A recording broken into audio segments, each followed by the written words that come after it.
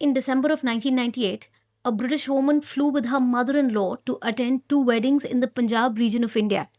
They were due to return back to the UK a few days before Christmas of 1998, but one returned and the other never did. Today, I'll tell you the story of a murder plot 12 years in the making, in the aftermath of which it took a decade long investigation to bring the perpetrators to justice. The court case that followed hinged on the testimony of yet another victim of the same family. This testimony was one of a kind in British legal history, and the sentencing outcome was unique as well.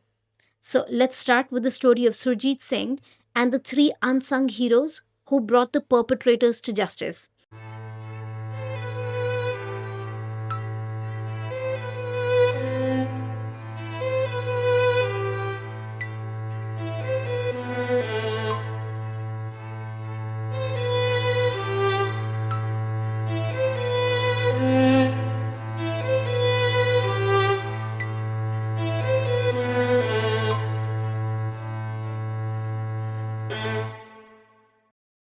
Hi, welcome to Collectively Vigilant. I'm Dr. D. And I'm Sam. So, Didi, the story that I'm going to tell you today is about a woman called Surjit Kaur Dhillon, who was born to Sikh immigrant parents, Mohinder Pal Singh, and his wife in the Coventry region of England. Unfortunately, not much is known about the life of Surjit before she turned 16. But unlike many immigrant families who choose to raise their children usually in a cloistered existence in gender segregated schools, Surjit's parents were not like that. Surjit's parents sent her to a normal school along with her brother Jagdish Singh, and where both the children mingled with multi cultural people from different backgrounds, and they had friends from all backgrounds. They're the kind of parents who would let their children go on sleepovers, sort of, like normal parents, right? And the reason why I'm saying this is because many people who might move their families to the UK end up living in ghettos, and they don't end up letting their children mingle with anyone of a different background. So Sujit's parents were not like that. Sometime around the age of 16, Surjit's mother and her grandmother either came to live with them or she was already around, I'm not sure. And she somehow had taken ill around that time. And Surjit's grandmother insisted that Surjit should get married before the grandmother dies. Right? So Surjit unfortunately was married off at the age of 16 to a man who was 10 years her senior and was a lorry driver. And the name of her husband was Sukhdave Singh Atwal. Surjit's family was confident that the Atwal family were very good people because the matriarch of the family, Bachchan Kaur, was extremely respected in the local Sikh temple. And one of the reasons for that is she would attend the Sikh temple several times a day. Second, she wore a dastar. So, Didi, for those of our listeners who don't know what a dastar is, can you tell people? It's a head cover that many Sikh women wear once they get, baptized in the Gurudwara. So not every female, every Sikh female you'll see wearing it. So it's basically an honor, and those women have a higher status. Probably that was one of the reasons that the family was so confident that their child, 16-year-old child, is getting married into a very good family, a religious family. Right, right, right. And so this basically means that once you've been baptized as a Sikh, you basically get into the highest echelons of a devout as a devout person, right? So, as expected, though, when you marry a 16-year-old child with a 26-year-old man, this was a clash of two different worlds and generations. Sujit was stifled and dominated from the second she got into that home, not only by her husband but also her mother-in-law, who was the de facto matriarch of the family, who had trained every single person in the family to inhale and exhale according to her fancies. Like a sizable majority of Indian families, Surjit moved into a multi generational home where she occupied a 12 by 12 room with her husband. She was reduced to become a servant for the 7 or 8 members of the Atwal household, and immediately she started cooking, cleaning, doing laundry, ironing for all the members of the family, including the two daughters of the Atwal household. The only person who treated her like a human being was her father in law, who unfortunately died 2 years into Surjit's marriage by the time she was 18 years old. So far, it seems like Surjit was a homebound slave. But because Surjit had already learned type and shorthand as a child in school, she actually gained employment as a 16-year-old. And remember, these were the 80s, so people didn't really learn computers back then. People actually learned how to do type and shorthand. Her maltreatment was not just in the way she was spoken to by her mother-in-law or beaten up by her husband. She was picked up and dropped off from work, and her salary would go to the mother in law. Once married, it's a very common practice among Indians to not allow their daughter in laws to meet her parents or siblings. And you always must seek permission before you go and meet your own family. This is very common. And that's what was going on in this family as well. So, Didi, would you agree that most traditional families keep their daughter in laws under lock and key? Yeah, many, like when you say traditional families, definitely times are changing now, but at that time in 70s and 80s, that would be prevalent. I think it's exceptionally common in India even today. And I think the only shocking part, if somebody's getting shocked at this story, if you're Indian, you're definitely not getting shocked, right? If you come from a Desi South Asian background, this is the way things are. But it's because these people were born and brought up in the UK. I think that's the part which gets me rather than everything else. I mean, that's basically. It's very difficult for anybody living in India to fathom a 16-year-old 10th standard, at the most 11th standard child getting married to an adult, first of all, especially when they're not even in India. Yeah, that's the part. That's the only part. Otherwise, it's actually quite common, even now in the rural regions of India, to get married at this time. So I don't think it would. I think only enlightened audience who come from middle class families, from A-tier cities in India, might be surprised by this, but it's not surprising for the rest of the country. Anyway, so to drive this point home of how low Surjit was on the pecking order of this family, let me give you an example. When the entire family would sit down to eat meals and drink tea that Surjit had prepared, she was expected to eat last after she had cleaned up after everyone, and she was also made to sit on the floor while other people of the family sat on either chairs or the sofa. If Surjit by chance would ever speak up or question anything in the rare occasions that she did, she was beaten up and basically shown her place immediately.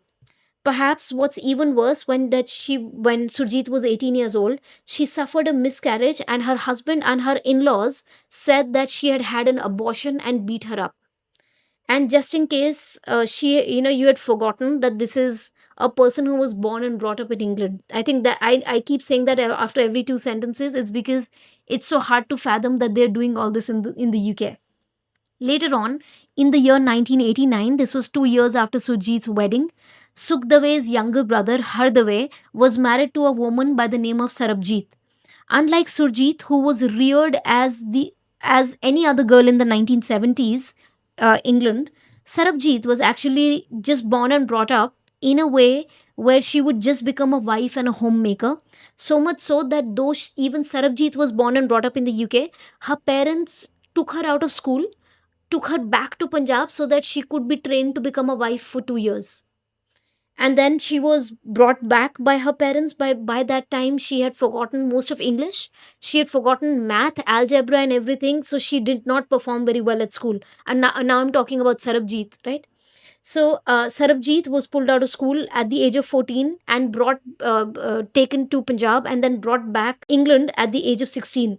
This is the kind of things that she learned in India. She was trained to do farm work, milking cows, making bread from scratch, making butter from scratch, these kind of things, which, by the way, even if you're in the 80s and you're making your child do that, how is that going to be beneficial for your child living in England? It's very strange. I mean, the families here, where did they come from? I know, it's like, I think, real pinned, as they say, right? But as you rightly pointed out, what are those kind of skills Yeah, useful useful for her? Yeah, exactly. Anyway, well, they just wanted her to be a wife, and at the age of, so Sarabjit was actually 19 when she got married, and Surjit was 16 when she got married. So even though Sarabjit gets married and comes into this family, her elder sister-in-law is still younger to her. So and Sarabjit was already by the time Sarabjit came into the family, Sukhjit had already been married for 2 years. You would think that these two are outsiders, so they would mingle a lot, but actually the mother-in-law Bachchan Kaur, the matriarch of the family, made sure that even when Surjit and Sarabjit were cooking together in the kitchen, there would be pin drop silence, that they would never speak to each other, because the mother-in-law did not want the older sister-in-law to tell anything to the younger sister-in-law. And here I'm not talking about age, I'm just talking about their hierarchy, because the older sister-in-law is actually younger than the younger sister-in-law in terms of age. So she would keep a close eye on all these two girls, and she wouldn't allow them to communicate at all. While they were slaving in the kitchen inches away from each other, they would do it in absolute silence. So this should tell you something about what a matriarch she was.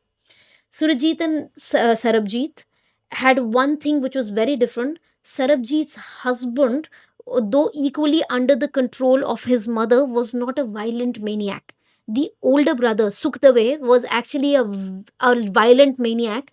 The younger one was under the thumb of his mother, but was not like a merciless, emotionless human being. So that's the one thing that separated them. Shortly after Sarabjit was married into the Atwal family, the only decent person in this family, other than the two daughter in laws who have come from outside, the father in law suddenly died 6 months after the wedding of the younger son. And the mother in law, who was already quite the matriarch, now becomes the tyrant of the family. One day, she calls a meeting a few days after her husband's death and declares herself as the head of the family, which is quite unusual in an Indian Punjabi family where her older son was supposed to be the head of the family. She just gave herself that title. Surjit, the elder daughter in law, was from Coventry, and the younger daughter in law was from Hounslow, which is where the Atwal family lived. So Sarabjit could at least meet her family members. She had an extended family; she could at least meet them. Surjit had absolutely no one because she was married into another place altogether, and she was not allowed to meet anyone. So Bachchan Kaur was in fact so dominating and so overbearing that when the younger son Hardave and his new wife Sarabjit decide to go to a restaurant one evening, the mother-in-law tagged along with them. It goes without saying that all the members of the family had to surrender their salaries to the mother in law, Bachchan Kaur, the matriarch, and this is an extremely commonplace practice even in India today. Surjit, the elder daughter in law, was rebelling in small but definite ways towards her husband and her mother in law.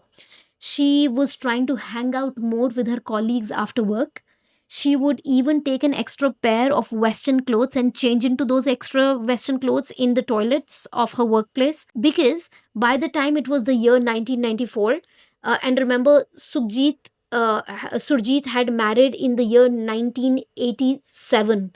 So by the time it was 1994, she had basically changed a job, and her new job was at the Customs and Excise Department at Heathrow Airport. Shortly after Surjit started working at Heathrow Airport and started rebelling a little bit, her mother in law also started working at the Heathrow Airport as a toilet cleaner. But she told everyone that she also works in the excise department. She even forced both her daughter in laws, Surjit and Sarabjit, to be forcefully baptized so that they both would have to wear a dastar on their head, which meant that they had to cover their hair at all times. Both of them, in fact, wore an actual turban for a whole year before one day both of them just took it off in unison. But Surjit went a step further. Not only did she take off the turban, she actually cut off her hair. Oh, I was about to say that. I was so sure that you're going to tell us that she cut her hair. Ultimate act of rebellion. Why is it? I mean, in Sikh religion, you're not allowed to cut hair. And she not only took her dastar off, she cut her hair. That was really bold. Yeah. That was really bold. And as expected, because of this rebellion that she did, she was mercilessly beaten up by her husband and her mother in law. Anyway, So shortly after that, this was her way of life. I mean, the older one was getting beaten up all the time, and thankfully the younger one was not, because as I said, her she was more compliant. She was more of a good, quote unquote, good Indian wife. And although, by the way, even Sarabjit worked, and even she had to surrender her salary to the mother-in-law, both of them worked. Everyone in this family works, okay? So and you would think that by working in the outside world, one would have a broader worldview, but unfortunately, that was not the case. Soon thereafter, both of them give birth to two daughters. As you can tell, that when you give birth to two daughters in a family like that, it's not a happy occasion, because they were expecting some sons to come along. So, time and again, the more severe the beating was, Surjit actually would leave the house every single time, and she even moved out several times and tried to establish herself outside. But once her daughter was born, she would move out, but she had to come back to get her daughter every time, and they wouldn't give her daughter back to her. By 1994, she was leaving her home every single time she would get beaten up, and this was happening with alarming frequency. When she refused to come back to her marital home, her husband once said, quote, "Come back to me, Surjit, or I'll kill you," unquote. Every time she left, she was stalked by her husband and her mother-in-law. No, but at the urging of the mother-in-law. I mean, not that a person like that needs any encouragement. Uh, his whole personality is his insecurity, and these kind of people, they show their insecurity by accelerating their hold on people, right? So the husband would follow her around every time she would move out. He would follow her around, and he suspected that Surjit was actually having an affair. So then Surjit puts her foot down one day and says, "The only way I'm coming back is you A, allow me to wear Western clothes, and B, we move out of the family home. We will get a home right, like, away from the in law's home." And because Surjit was actually the primary breadwinner, she always earned more than her husband. She was able to put a down payment for a home, but in a way she won, but not really in the other way, because the home that they moved to was 2 meters away from the other mother-in-law's house. So it was literally right next door, 2 meters away. Next, Surjit gives birth finally to a boy, and her mother-in-law was exceptionally happy with her, right? But all along, Surjit's husband actually suspected that it was not his son, that she had had an affair, which might actually be true. And it didn't improve things at all. And by this time, it was 1996-97. Surjit had left the home so much. She had established herself outside so many times, but she would time and again come back because of her children, that she put her foot down once and said, "I want a divorce." And after months and months of basically begging and prayer and whatever you can call it, the mother in law Bachchan Kaur finally agreed to the divorce on one condition, that Surjit would accompany her to two weddings in India in 1998. So, little did Surjit know that Bachchan Kaur had arranged that Surjit would be murdered in India by no one else than Bachchan Kaur's own brother. So, everyone in the family knew that when Surjit would go back to India, she would never return. And even Sarabjit, the younger daughter in law, knew this. But because they were never allowed to communicate with each other, and there was no way that they could speak to each other, she could never tell Surjit that if you go to Punjab, you were never going to come back. However, despite living in so much fear, Sarabjit did something absolutely amazing.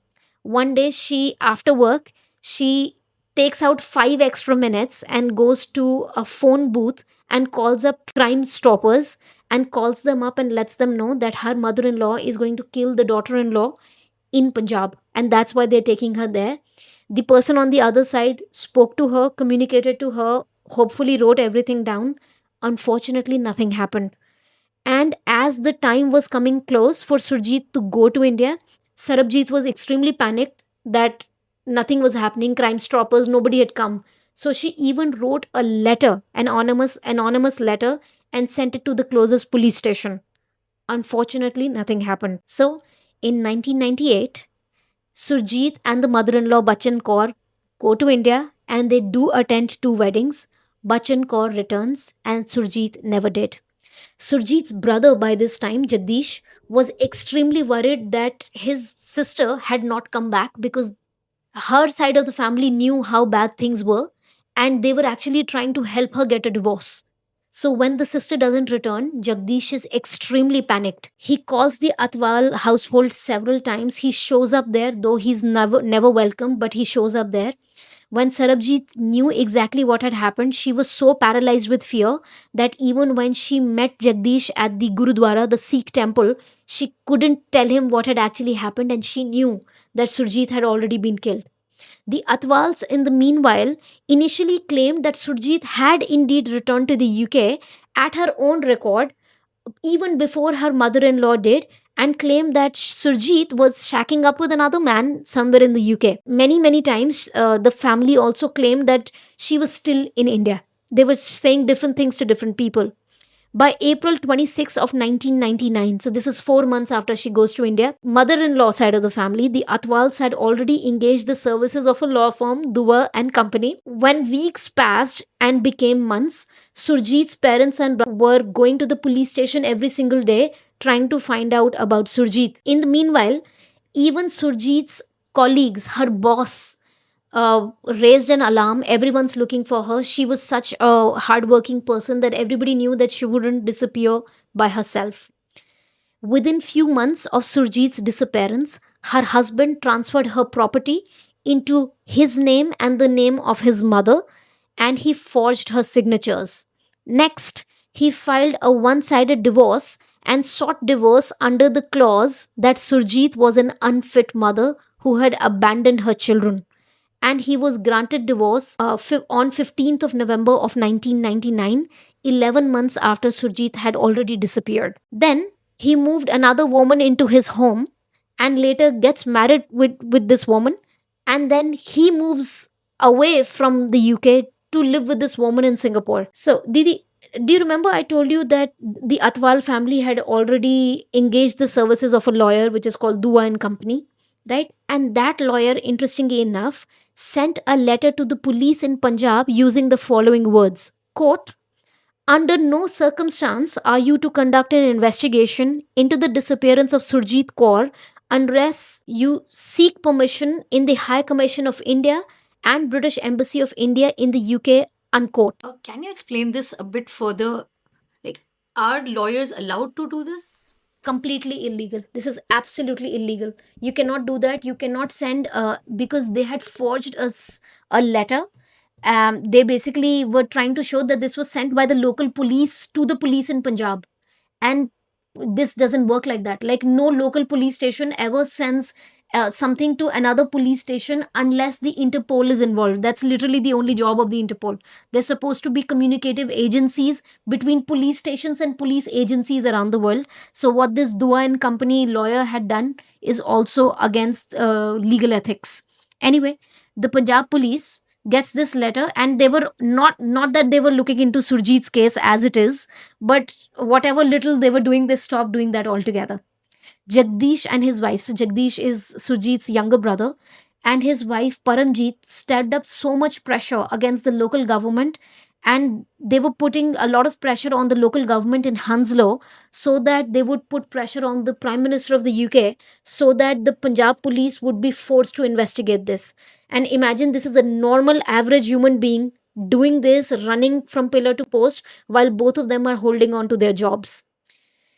And then, very interestingly, Jagdish made a very interesting point. There are so many, interviews available of Jagdish that I will put into the video on my YouTube channel, but not unfortunately in the podcast. And Jagdish actually says in one of his interviews, he says that it's a completely different way they treat brown women and white women when people go missing. Let me give you an example, which is in the year 2000, there was a woman called Lucy Blackman,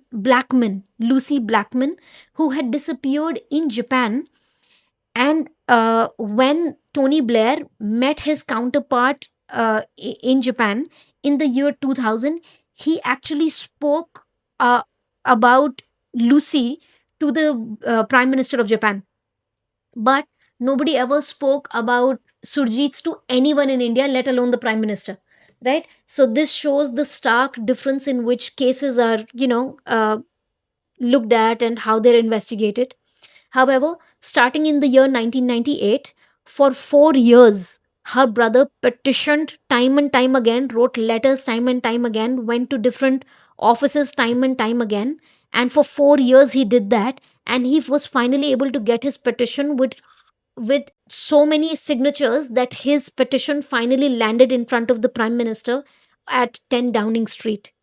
And Surjit's brother Jagdish was able to put together 20,000 pounds as a reward for someone who would tell him where his sister was. In the year 2003, all this effort led to actual work and actual action when the police was put under so much pressure because of the demonstrations that her brother was doing every single day after work. They would go in front and stand in front of the police station. And not just him, I really appreciate that his wife was also doing that, right? And a wife who had never even met her sister-in-law, right? So that's amazing. Like, that's why I said this story has four unsung heroes. You've already met Jagdish, the unsung hero. The other is Paramjit, his wife, right? And now I'll introduce the other two heroes to you.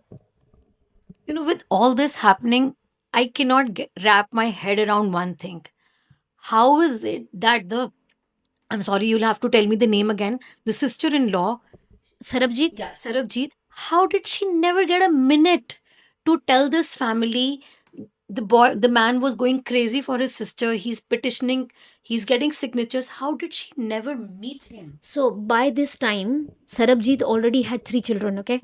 And all those three children and the two children of Surjit, right? This woman was actually taking care of all those kids, and she was also working. And the mother-in-law is a tyrant. So by the way, the story that I'm telling you is actually because of the book that the younger one actually wrote. Sarabjit actually writes a book later on. All the information that I'm giving you is through newspaper reports and her testimony in that book. I'll tell you that woman has made a huge difference. But right now, as you hear this story, I know everyone's angry. And believe me, I was so angry that in my Kindle, every single time she wouldn't say something, I literally wrote, what the F, right? But, by the time I read the whole book, I understood how some people can be so paralyzed with fear that they wouldn't do something. I understand that. I completely understand fear. But so many years, not a single minute to tell this. Right, and she was under so much pressure not to say anything to anyone. So you know what, she's going to turn into a hero. So just wait and watch, okay? When the police was put under so much pressure because of all the demonstrations that Surjit's family was doing, that the Metropolitan Police eventually began to look into this, whole case. And then all of a sudden, the Metropolitan Police gets an anonymous letter saying that, quote, Surjit is so terrified of her father Mohinder Pal Singh because Surjit's lifestyle is very modern. She has cut her hair, smokes, drinks alcohol, full stop. Her father does not approve of her lifestyle. He's a very violent man, unquote. And this letter was sent to the police so that they do not look into Surjit's case. This whole time, Bachchan Kaur, the mother in law, was poisoning all the people, not only in her own family, but also at the Sikh Gurudwara, where Bachchan Kaur made sure that she was floating rumors about Surjit's character. And it was not enough that she had killed her daughter in law, she was also now murdering this person's reputation.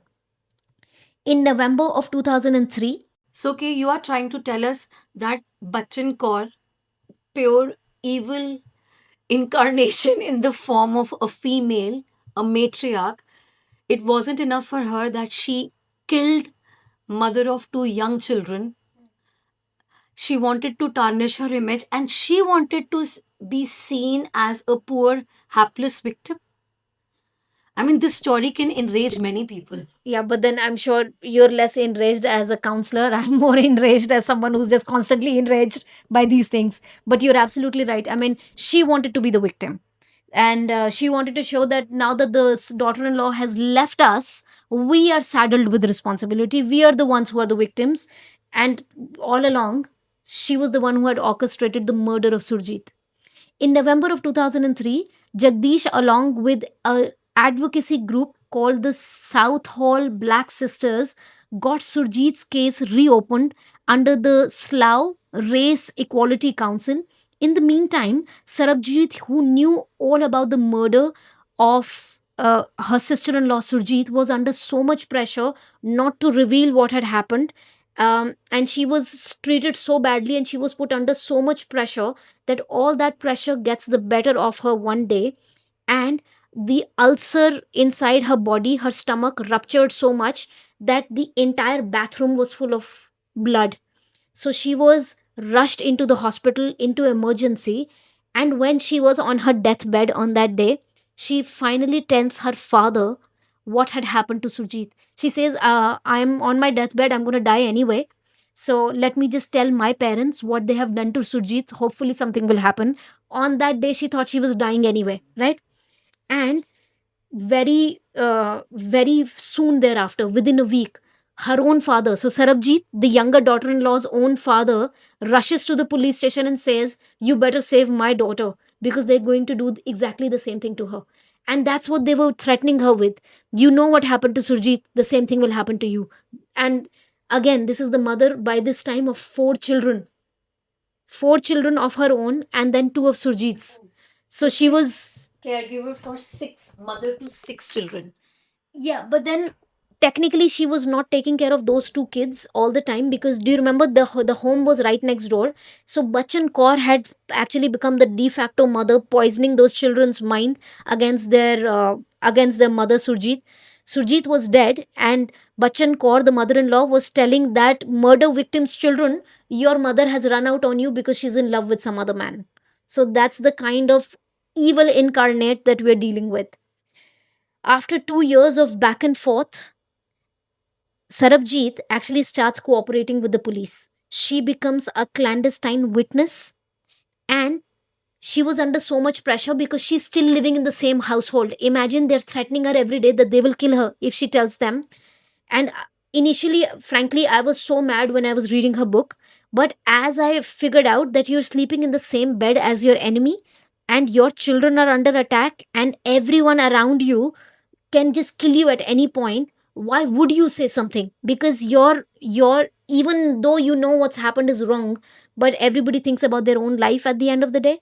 And she was also thinking about the life of four of her little children. Her littlest baby at this time was like a few months old, and her father had made sure that she would talk to the police.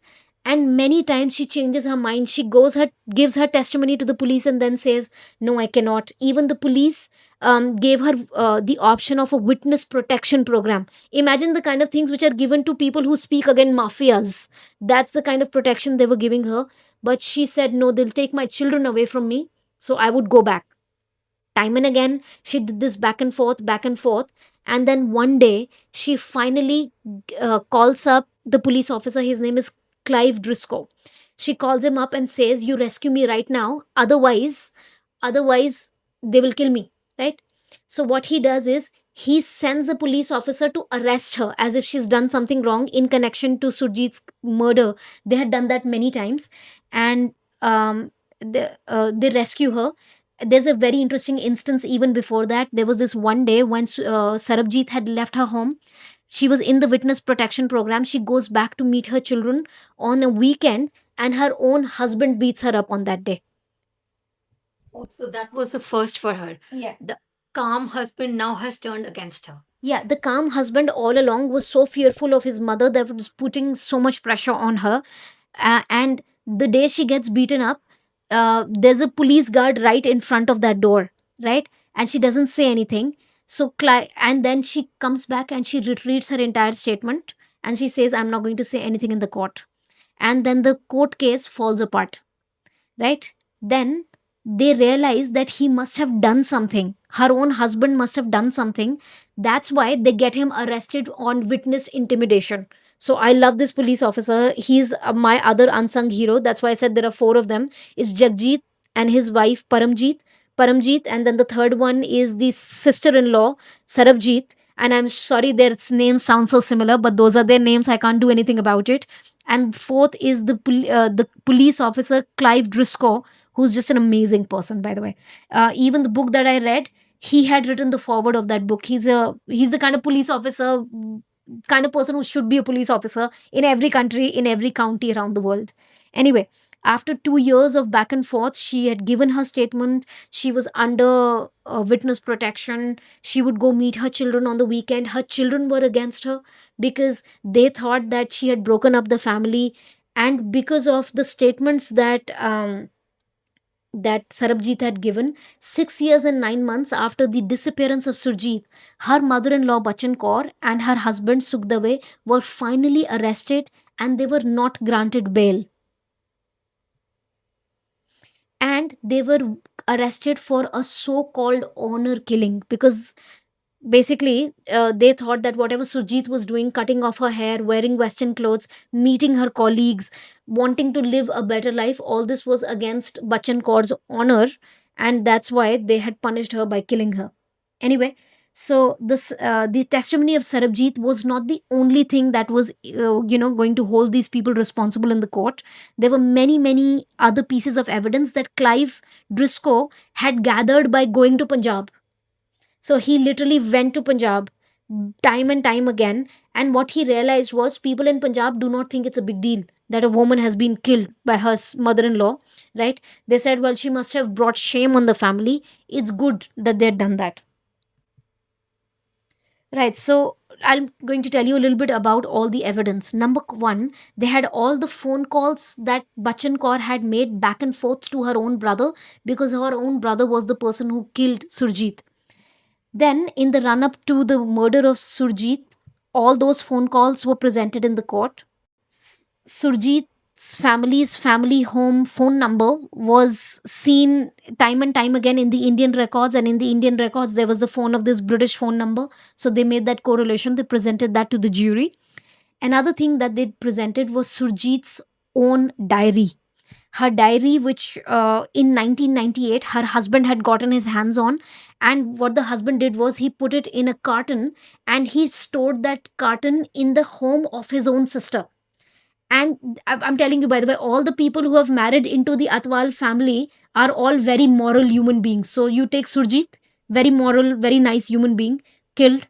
Sarabjit, who was trying to stand up for her dead sister in law, a stand up human being. Another thing is, the brother-in-law who the Atwal daughter had been married to actually snuck that diary out and gave it to the police as evidence. So I think these are sort of unsung heroes who came up and saved whatever honor is actually real honor. So most disturbing was the discovery of Surjit's diary, in which she wrote about her impending divorce. She describes in that diary that she was bullied, beaten, cowed, maltreated not only by her husband but her mother-in-law. It's heartbreaking when when you read that diary. And the way it was unearthed, I told you, is in the most comical manner, right? The way they found it, they snuck it to the police. And another fear that all these family members had was, the more they would cooperate with the police, even in the Hanslow area, lots of Sikh police officers also work in the police station. So they were constantly worried that those police officers would tell people in the Sikh temple, and these people would be found. So that's another level of fear. It's not just the fear of this immediate family, but it's also this cloistered, close knit community where they were constantly being threatened all the time. Like the heights that Jagdish had to go to just to unearth the truth of his sister's murder and disappearance is so heartbreaking. So one of the pieces of evidence which was presented was that when Surjit had disappeared, her husband Sukhdave had said that there was a woman called Kate who worked with Surjit, who had come and told Sukhdave that Surjit had run away with some other person. And when he was questioned in the court by the prosecutor, Sukhdave finally, in the cross examination, admitted that he made up this woman called Kate. There was no woman like that. I'll tell you something really interesting about the police officer. So, not only did he go to Punjab, when he found that there's somebody called Kate who had seen Surjit, he went and looked up all the Kates, Catherines, Katies, Catties in that whole area, and he looked into the whereabouts of 156 women on that particular day so that he could prove that Sukhdave was lying. This is an amazing police officer. Okay. And that Kate was never even real. So this was a massive waste of manpower, police manpower, and Taxpayers' money. absolutely. But here I would just like to bless this police officer for saving, a little grace that was left and people's faith in law and order. Right. So, I told you been to Punjab several times. I mean, and they even found that once he goes to Punjab, he finds this letter that had been sent by the lawyer of Dua and Company to the police station in Punjab.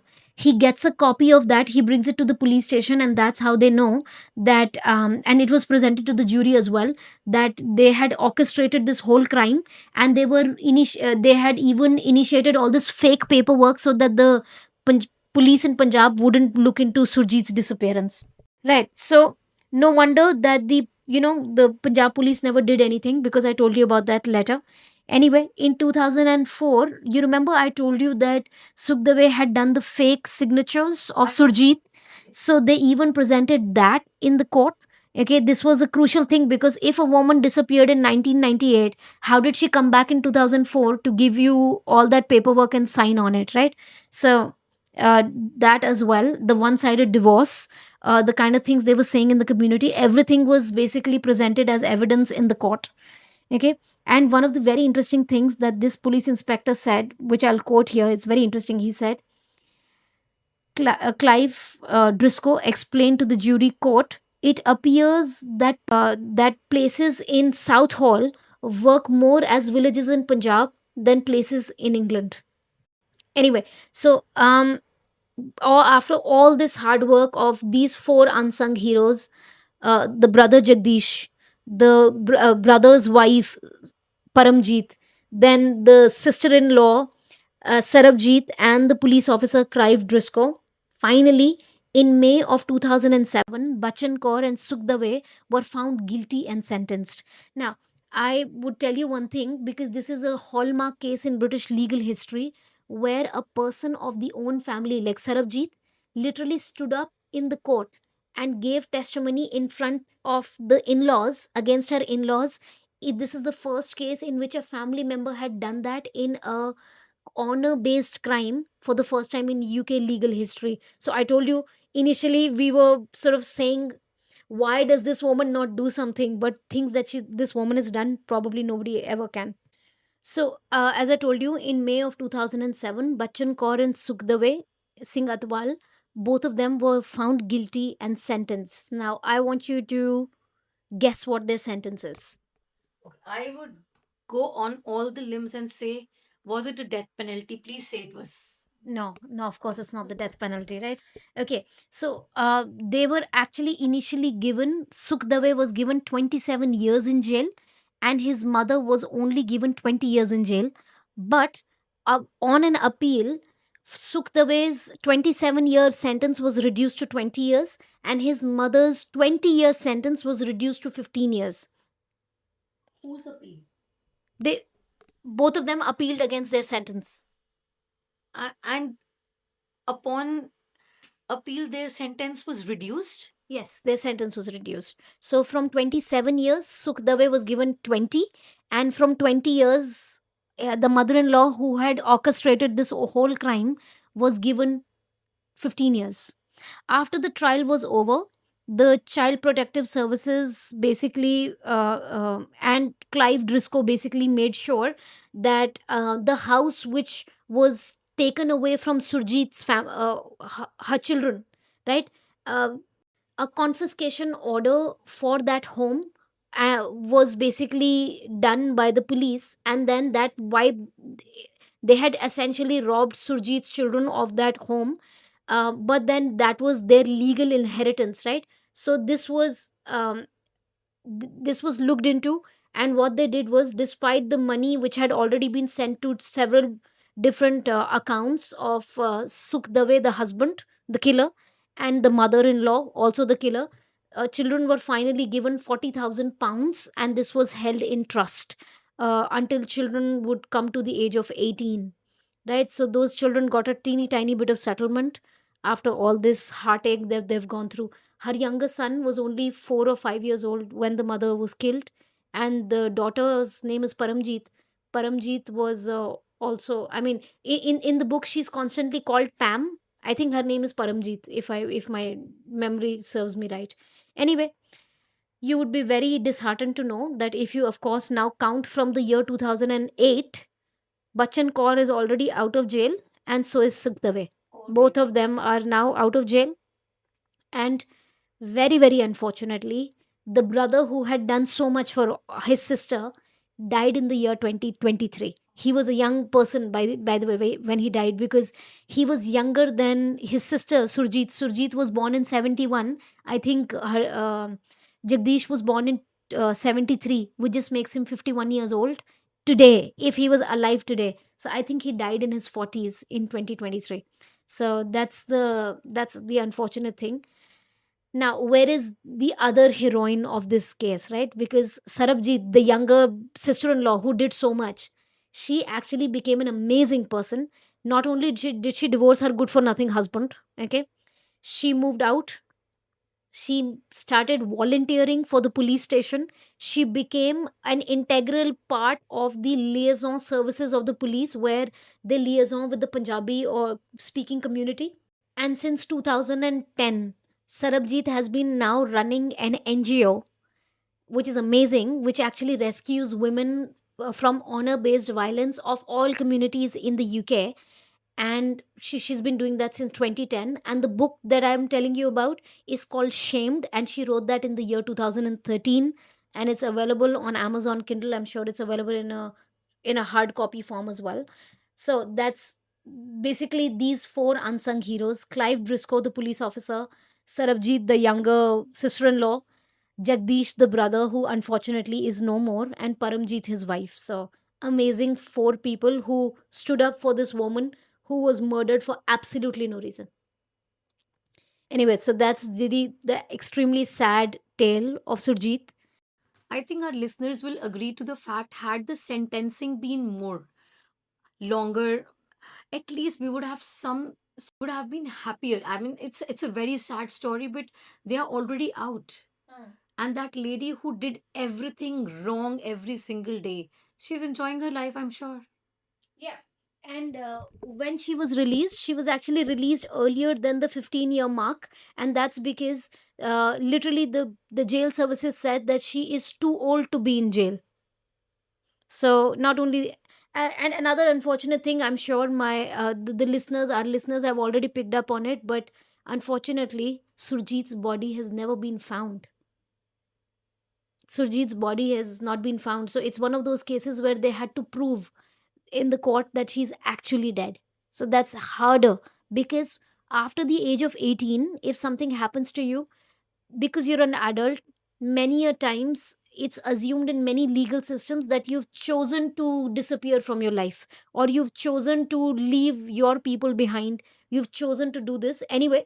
In this case, for sure, everybody knows that Surjit is dead and she was murdered, right? But it's one of those no body crime cases, that can be harder, right? And this was the it was the mid 2000s when this case went to trial. Anyway, the jury did a fantastic job, but you know sentencing is something, in the UK it's not very stringent, I must say that, right? Secondly, they're also very, very sensitive towards being perceived as sensitive to cultures. And many a times in UK's history, you will see that many crimes which are perpetrated against brown women by fellow brown men or brown families are not really picked up by the police as as a criminal case or as a crime against a human being. It's basically seen as, this just happens in those cultures. And initially, for many years, the police never intervened, many decades actually.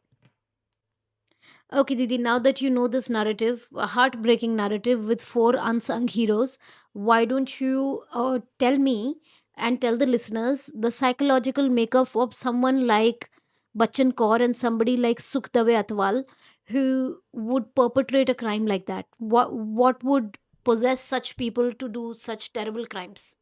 See, Bachchan Kaur basically is such a woman. Maybe she was raised in an environment where male honor is paramount. Though she was the patriarch of the family.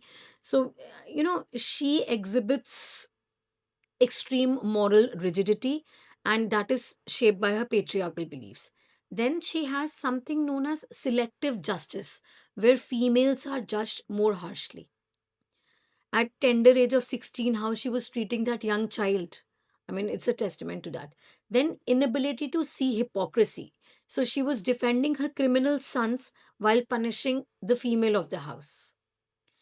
Environmental, and no, she was emotionally detached, or dissonance it is known as. Then potential need for control was rooted in her own, upbringing, behavior, understanding of the society. So, Didi, when you talk about dissonance, the dissonance here is treating someone else's child like a slave and treating your own children that like they're actual human beings, right? So that's the dissonance, and this is the hypocrisy which is rife not only in this case but in most Indian families where the daughter-in-laws are treated like absolute slaves and home keep, basically house help, nothing beyond that. If you look at this female, she lacked empathy. Like she wanted to maintain her family reputation to such an extent that she was aggressive. She had aggressive control over the entire family. And then she was, of course, unable to reflect on any personal wrongdoing. Wearing a head cover, showing everybody what a religious female she was. And she was a total sociopath, a narcissist sociopath. Right. This is a classic example of, of public piety and private perversity, basically. Okay, so on that note, we will stop this case for today. As we always say on this podcast, until we see you again, stay collectively vigilant.